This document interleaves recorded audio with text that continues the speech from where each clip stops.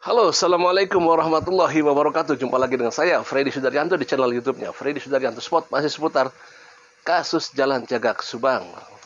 Maghrib ini, malam ini, seperti biasa temanya adalah tema kasus Jalan Cagak Subang. Sebelumnya saya ucapkan banyak terima kasih, tidak henti-hentinya saya ucapkan kepada rekan yang sudah subscribe dan menonton di channel YouTube saya. Semua kebaikan dibalas Allah Subhanahu wa taala dengan rezeki yang banyak, berlimpah dan barokah. Amin ya robbal alamin. Dan jangan lupa kita doakan sama-sama saudara-saudara kita yang sedang ditimpa musibah, yang sedang sakit. Semoga Allah mengangkat musibah dan sakitnya. Amin. Dan almarhumah dalam keadaan husnul khotimah, dilapangkan kuburnya, diterangkan kuburnya. Amin ya robbal alamin. Dan tentunya kita semua dalam keadaan sehat semua. Amin. Dan doa untuk Kapolri Indonesia. Baik, saya lihat di dua channel yang memang sedang membahas, yang memang lagi rame, yaitu sosok.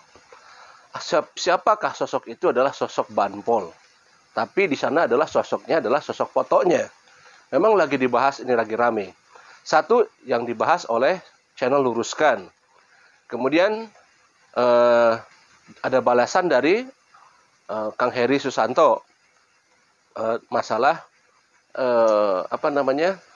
foto Banpol tersebut, terutama adalah di masalah tanggalnya, yaitu tanggal 14 dan tanggal 19.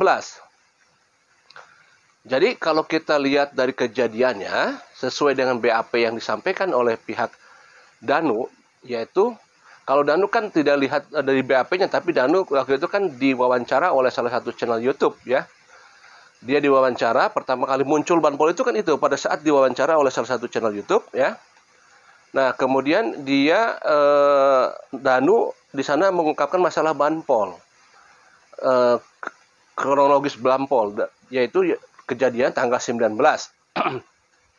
Tanggal 19 yaitu sekitar siang. Nah, di sana kita ketahui semua, kita sudah tahu bahwa terjadi Banpol yang datang, kemudian Danu memoto. Sebelum dia menyapa si Banpolnya, dia memoto dulu, menurut informasi dari Danu. Kemudian di-share ke Yoris. Itu yang informasi yang didapat, ya. Di media itu sudah jelas semuanya. Nah, itu pertanggal 19.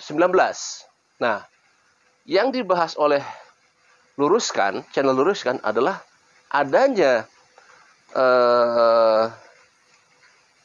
foto tersebut ada di tanggal 14 Agustus, ya. Dan itu dibahas, katanya ada screenshot retak-retak gitu, ya. Seolah-olah seperti adanya kalau retak-retak kan itu berarti menampakkan daripada HP yang retak, ya. Berarti kalau gitu bukan screenshot, berarti itu dipoto. Jadi muncul di HP, tapi HP itu dipoto, sehingga retak-retaknya jadi kelihatan. Nah, sekali lagi saya tidak membahas masalah retak-retaknya, ya. Karena itu sekali lagi bukan kapasitas saya, dan saya tidak begitu mengerti masalah pengeditan, krup-krupan, dan lain sebagainya. Saya kurang begitu mengerti, jadi saya tidak akan membahas panjang lebar masalah itu. Tetapi saya akan membahasnya adalah mereka, yaitu Luruskan, membahas tanggal 14, kemudian dikantor oleh Kang Heri dengan tanggal 14 tersebut adalah dengan tanggal 19-nya. Nah, sebenarnya gini, andaikan, kita bicara andaikan misalkan tanggal 14 itu adalah, ada dua kemungkinan, antara iya dan tidak, antara benar dan tidak benar. Pertanyaannya sekarang adalah, andaikan benar. Kalau tidak benar, sudah tidak usah dibahas. Berarti kan tanggal 19 kalau begitu. Berarti yang tanggal 14 itu editan, ya. Atau palsu lah, katakan supaya lebih jelasnya palsu gitu, ya. Tanggal 14. Nah, kalau misalkan kalau tanggal 14-nya benar apa adanya, ya. Pertanyakan itu, berarti ada apa? Kan gitu, ya. Kalau misalkan ini benar, sekali lagi kalau benar. Karena kan benar salahnya, sekali lagi saya katakan bahwa harus ada pihak-pihak yang memang netral untuk membahas ini. Satu, sudah ada dari Luruskan membahas masalah tanggal 14. Kemudian dari pihak Danunya sendiri, yaitu dari Kang Heri Susanto, membahas juga tanggal 14, ya. Sudah dibahas di salah satu di channelnya masing-masing. Tapi harus ada yang netral di tengah-tengah nih, ya. Harus ada yang netral tengah-tengah. Siapa yang akan membahas ini? Yang tidak ke kiri dan tidak ke kanan. Nah, ini kita perlukan juga ada yang membahas masalah ini secara netral. Nah, untuk bisa memastikan kebenarannya tanggal 14 itu. Dan tentunya apakah pihak kepolisian juga akan mengikuti daripada apa yang dibahas ini, saya juga tidak tahu ya. Karena pihak kepolisian kan punya data tersendiri, punya SOP tersendiri ya, kita tidak tahu semua. Tapi kembali lagi, untuk kembali lagi, misalkan kalau tanggal 14 Agustus itu benar, berarti kita punya kesimpulan bahwa ada sesuatu yang salah kalau begitu. Ya, ada sesuatu yang salah. Apakah salahnya itu dari mana? Apakah salahnya itu adalah di tanggalnya 14 itu, penetapan tanggal 14-nya, settingan tanggalnya yang salah, ataukah memang fotonya yang salah?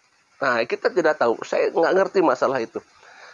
Nanti kita bisa berpikir, silakan yang mengerti masalah ini ya. Salahnya, apakah ini akan jadi krusial apa tidak? Nah, gitu ya. Apakah dengan kalau misalkan tanggal 14 itu benar, apakah itu akan jadi krusial apa tidak?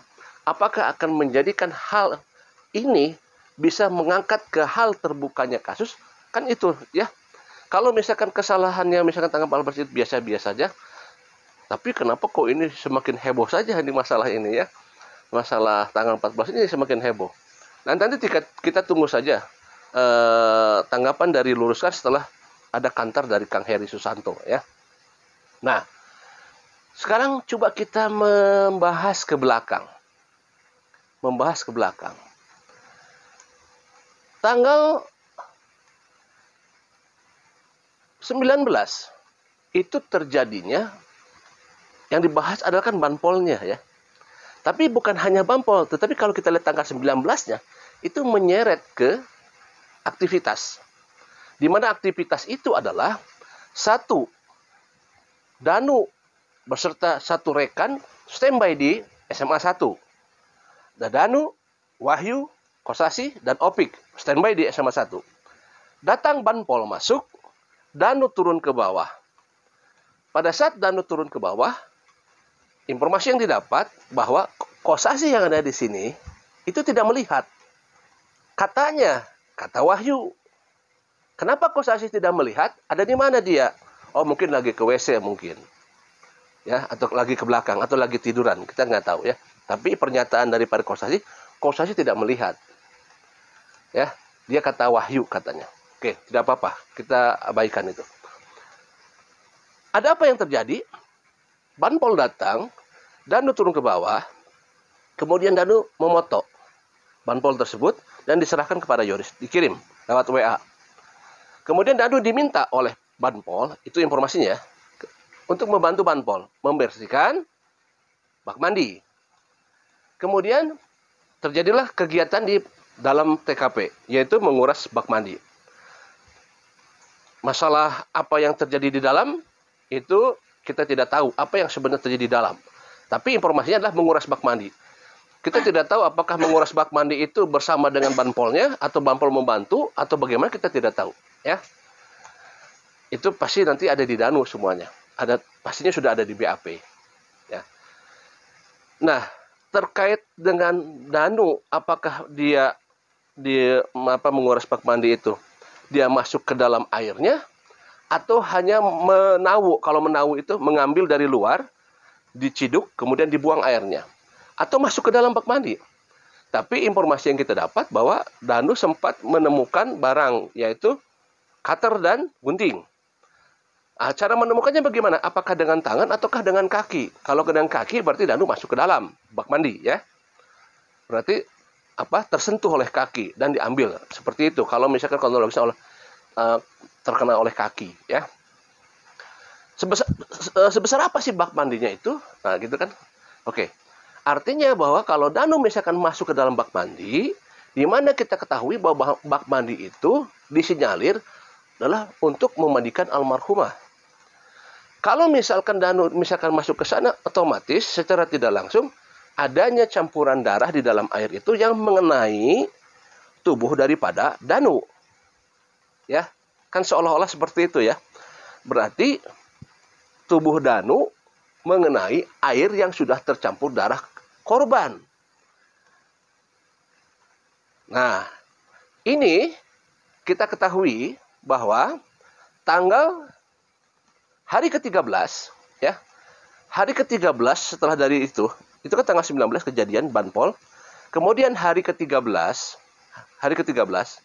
dari kejadian, K9 Jawa Barat diturunkan ke TKP untuk mengadakan pelacakan. Dan di media juga kita ketahui bahwa saksi Danu itu sempat digonggong oleh K9.